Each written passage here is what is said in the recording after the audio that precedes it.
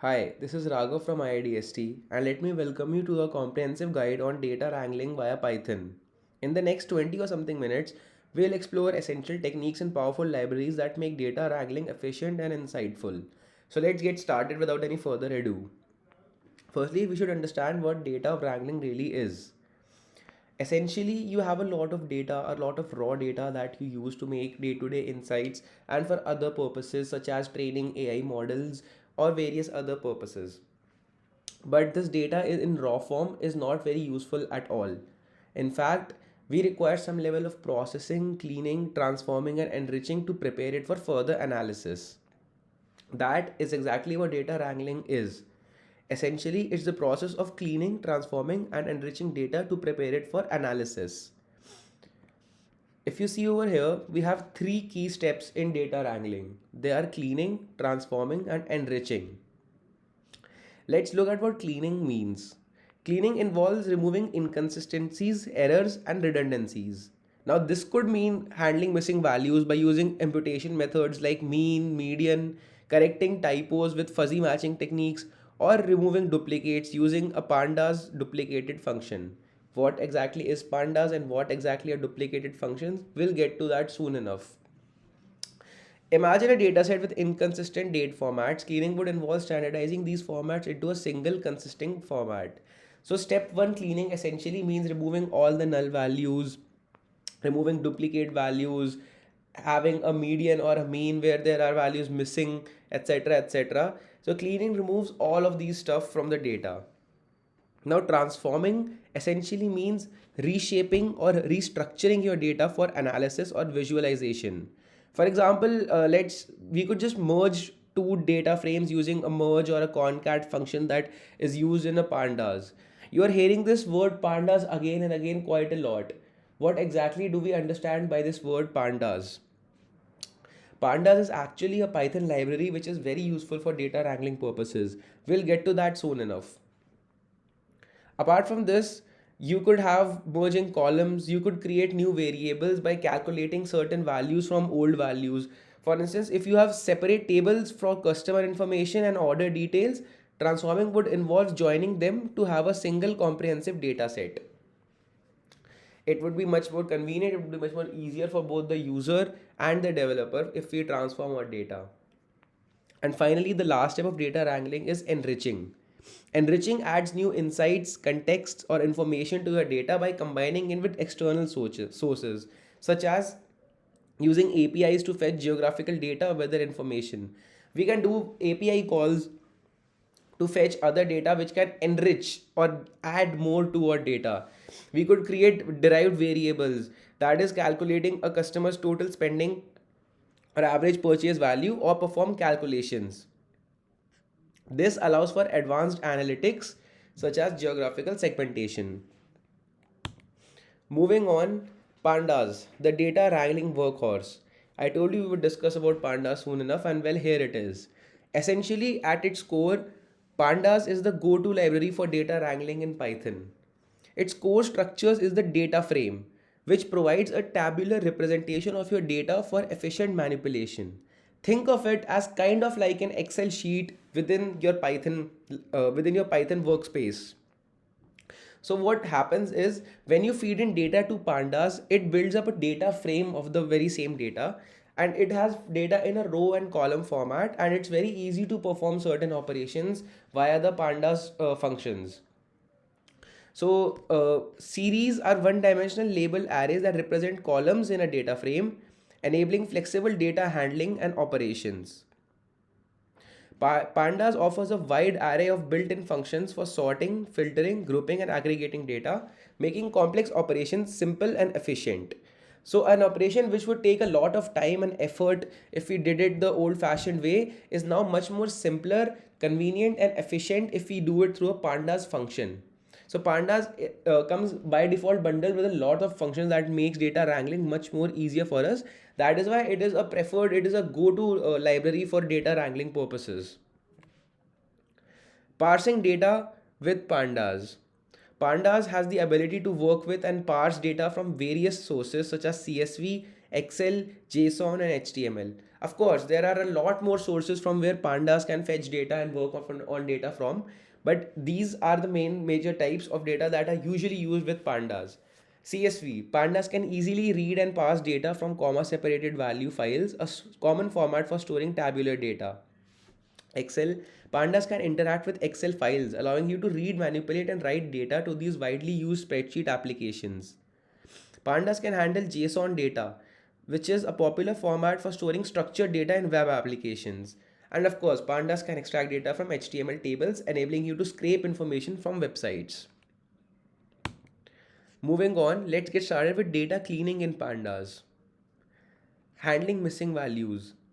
Using functions like fill_na to replace missing values with a specified value or interpolation techniques.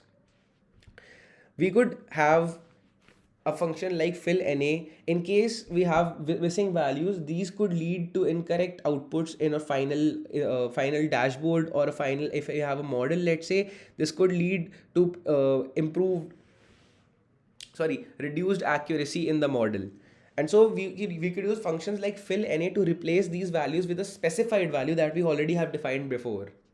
Removing duplicates. If we simply use this command drop duplicates, it would remove all redundant rows, ensuring data integrity and avoiding bias in analysis. This is very crucial because duplicate data can often add burden and add a lot of load towards if you're training a model, or it would ensure data integrity too if we remove duplicates. Correcting typos. Employ string manipulation methods like replace or regex or simply regular expressions to fill inconsistencies and improve data accuracy. Great. Now, but what if we want to combine certain data sets? We can do that with three major functions which we use: merge, concat, or join. All of these have some similarities, but there are key differences to be noted down on between these methods. So the merge dataset combines data. The merge function, combines data sets based on common columns, adding new information to existing data. The concat function joins datasets vertically or horizontally, expanding the data to include more rows or columns. Join function, similar to merge, provides a more SQL-like approach to combining dataset based on shared keys. So the merge function essentially combines data with common columns. What it means is that it will combine the common columns and it will add the columns which are not common. So if we have two columns that are common in a table, it will keep those two, and apart from that, all other columns will be added, and those common columns will remain. They will not be repeated twice. That is to say, concat joins datasets vertically or horizontally, that is right next to each other or on top of each other or on the bottom of each other, expanding the data to include more rows or columns. And join provides a more SQL-like approach based on shared keys. What it means is that in SQL we have the concept of keys such as primary keys or foreign keys. So it utilizes a method similar to that, provides a more SQL-like approach to combine data sets based on keys. Now, but what if we want to visualize our data with Matplotlib and Seaborn? Firstly, let us understand what we mean by this. So up until now, we understood what data wrangling is, what the basics are, what we need to do and how we need to do it. We can simply use pandas, we can import pandas into our Python workspace, and then we can use commands which are very simple functions. We can use simple functions to further boost our data, to further make our data pitch perfect, that is. After we are done with that, we can visualize the data using bars, charts, and graphs, and we can do so using Matplotlib and Seaborn. Now, Matplotlib and Seaborn are two libraries which are very important in Python if you want to visualize data using only Python libraries.